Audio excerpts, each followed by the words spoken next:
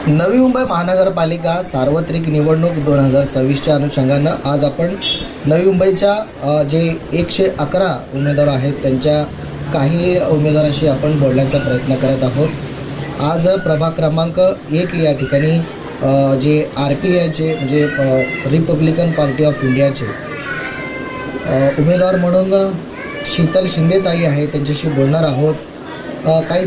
ताई, काय सांगणार आहात? आज तुम्ही निवडणुकीच्या सामोरे जात आहेत, कोणते विषय घेऊन तुम्ही सामोरे जात आहेत आणि कशा पद्धतीनं तुम्हाला रिस्पॉन्स मिळतो आहे लोकांचा? रिस्पॉन्स तर सध्या तर चांगलाच आहे।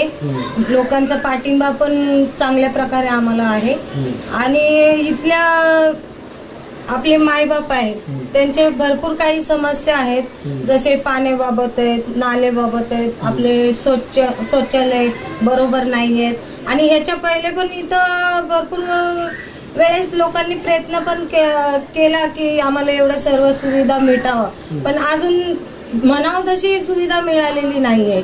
आणि आपला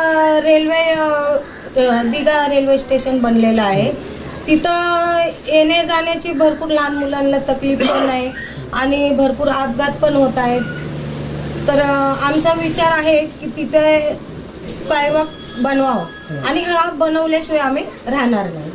म्हणजे स्कायवॉकचा मुद्दा आणि एकंदरीत गटर मीटर वॉटर हा विषय तुम्ही आज जनतेसमोर जात आहात। आपल्याबरोबर रिपब्लिकन पार्टी ऑफ इंडियाचे जे दिघा विभाग अध्यक्ष आहेत सागर सोनकांबळे, काय सांगणार आहात सर? कसा रिस्पॉन्स मिळतोय आणि काय विषय घेऊन प्रामुख्याने तुम्ही जे मतदारांसमोर जात आहे?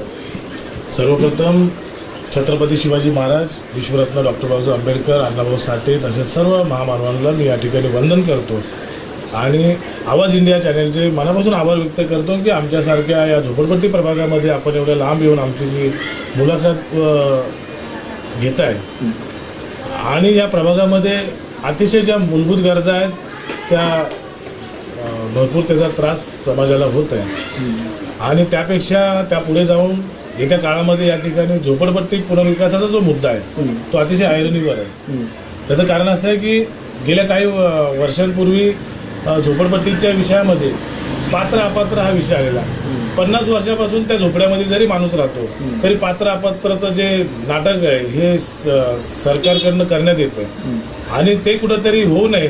या झोपडपट्टी प्रभागातील कुणी झोपडपट्टीवासी असो आमचा, कुणीही घरापासून वंचित राहू नये यासाठी आमचा प्रयत्न आहे आणि येत्या काळामध्ये जी झोपडपट्टी पुनर्विकासाची जो कार्यक्रम हा सरकार हाती घेणार आहे त्यामध्ये जो प्रायव्हेट बिल्डर इथं घुसू पाहतोय आणि जो झोपडीवासियांना उद्ध्वस्त करण्याचा जो त्यांचा प्रयत्न आहे तो हाणून पाडण्याच्या करता या ठिकाणी आम्ही रिपब्लिकन पक्षाच्या वतीने निवडणूक लढत आहोत। जर आमची भगिनी त्या महासभेमध्ये असेल त्या झोपडपट्टीवासियांना नक्कीच न्याय देण्याचा प्रयत्न करेल। एकही झोपडपट्टीवासी घरापासून वंचित राहणार नाही, उद्ध्वस्त होणार नाही यासाठी आम्ही नक्कीच प्रयत्न करणार आहे। केंद्रामध्ये तुमची सत्ता आहे, BJP सोबत तुम्ही आहात आणि या ठिकाणी जे नवी मुंबईमध्ये BJP तुमच्या विरोधात आज आहेत, दुसऱ्यांच्या विरोधात तुम्ही लढत आहात, कशा पद्धतीनं सामोरे जाणार आहात? आणि दुसरी गोष्ट, आंबेडकरी एक पक्ष म्हणून वंचित बहुजन आघाडीसुद्धा आहे, असं वाटत नाही आहे का एक स्थानिक लेवलला किमान युती करून आपण सत्तेत गेला पाहिजे, आंबेडकरी पक्षातला एखादा व्यक्ती सत्तेत गेला पाहिजे? काय तुमचं विचार आहे सर? नक्कीच साहेब, या अगोदर निवडणूक लागायच्या अगोदर देखील आणि त्यानंतरही आपले जे आंबेडकरी समाजाचे ज्या विचाराचे जे पक्ष आहेत त्यांनी एकत्र येण्याचा नक्कीच प्रयत्न केला। यामध्ये अग्रेसर मी स्वतः होतो। एक गाव एक जयंतीच्या माध्यमातून आम्ही सर्व पक्ष एकत्र झालो होतो आणि त्याचं कारण असं होतं की येत्या निवडणुकीमध्ये आपण याच पद्धतीने पुढे निवडणुकीला सामोरं जावं। परंतु या ठिकाणाचे जे वंचित बहुजन आघाडीचे जे नेते आहेत ते अतिशय हुशार असल्यामुळं तो प्रयत्न होऊ शकला नाही। खरं म्हणजे हा जो आपण विषय अतिशय महत्त्वाचा विषय आहे, तसं व्हायला पाहिजे होतं। जर तसं झालं असतं आम्ही नक्कीच माघार घेऊन वंचितला आम्ही सपोर्ट केला असता, त्यांच्यासोबत आम्ही उभा असतो। परंतु स्थानिक जे नेते आहेत ते अतिशय हुशार असल्यामुळं ते हा प्रयोग होऊ शकला नाही याची मला नक्कीच खंत आहे आणि आज दुर्दैवाने आपल्याला विरोधात लढावं लागतं। आणि राहिला जे प्रस्तावित पक्ष असतील, BJP असेल किंवा शिवसेना असतील, आंबेडकरी चळवळी किंवा चळवळीतला कार्यकर्ता मोठा होऊ नये यासाठी त्यांचा नक्कीच प्रयत्न असतो. आपण संपूर्ण महाराष्ट्रात या गोष्टी पाहिलेल्या आहेत आणि ते खरं देखील आहे. स्थानिक लेव्हलला ज्या ठिकाणी आपण राहता इथे SC वोटर्स जे आहेत मोठ्या प्रमाणात आहेत. कुठंतरी दोन आंबेडकरी पक्ष या निवडणुकीला सामोरे जात असताना मतविभागणी होईल की नाही, आणि दुसरी गोष्ट यामधून हा विजय तिसऱ्यांचा होईल असं वाटत नाही तुम्हाला? विजय तिसऱ्यांचा होण्याचा प्रश्नच येत नाही. आता जी लढत आहे सध्या दोन्ही पक्षाचे उमेदवार आहेत.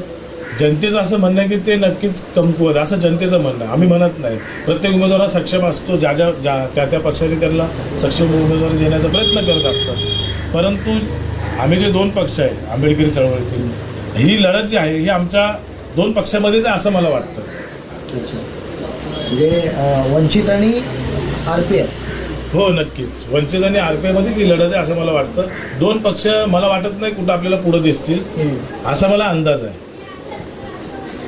काय आवाहन करणार आहात या इथल्या तुमच्या स्थानिक जे नागरिक आहेत त्यांच्यासाठी? नक्कीच या या ठिकाणाचे स्थानिक उमेदवार माझी भगिनी शीतल आनंद शिंदे पहिल्यांदाच निवडणूक रिंगणात आम्ही उतरलो आहे. आणि समाज बांधवांच्या आग्रहामुळं माझे जे इतर समाजाचे जे बहुजन बांधव माझ्यासंग जोडले गेलेले, इतर प्रांतातले लोक जे वोटर माझ्याबरोबर जोडलेले गेले, त्यांचा खरं म्हणजे आग्रह होता की आपण निवडणूक लढवावी. आणि त्यांच्या आग्रहाखातीर ही निवडणूक आम्ही लढत आहोत. आणि सर्व नागरिकांना माझ्या या प्रभाग क्रमांक 1 माझ्या सर्व बहुजन समाजाला मी नम्र आवाहन करेल की शीतल आनंद शिंदे यांची निशाणी आहे ऑटो रिक्षा समोरील 7 नंबरचं बटन दाबून आपण त्यांना आशीर्वाद रूपी 1 मतदान करून त्यांना प्रचंड बहुमताने विजय करा असं मग आपल्या माध्यमातून मी आवाहन करेन. खूप खूप धन्यवाद. तर अशा पद्धतीनं या ठिकाणी नवी मुंबईच्या या जे नवी मुंबई महानगरपालिका निवडणुकीसाठी सर्व पक्ष एकत्रित आहेत. पाहावं लागणार आहे येत्या 16 तारखेला कोणाचा विजय होईल, कोण निवडून येतील, हा सुद्धा पाहणं तितकेच महत्त्वाचं आहे. कॅमेरामॅन किरण वाटेसह मी विशाल टोंगे, आवाज इंडिया TV, नवी मुंबई.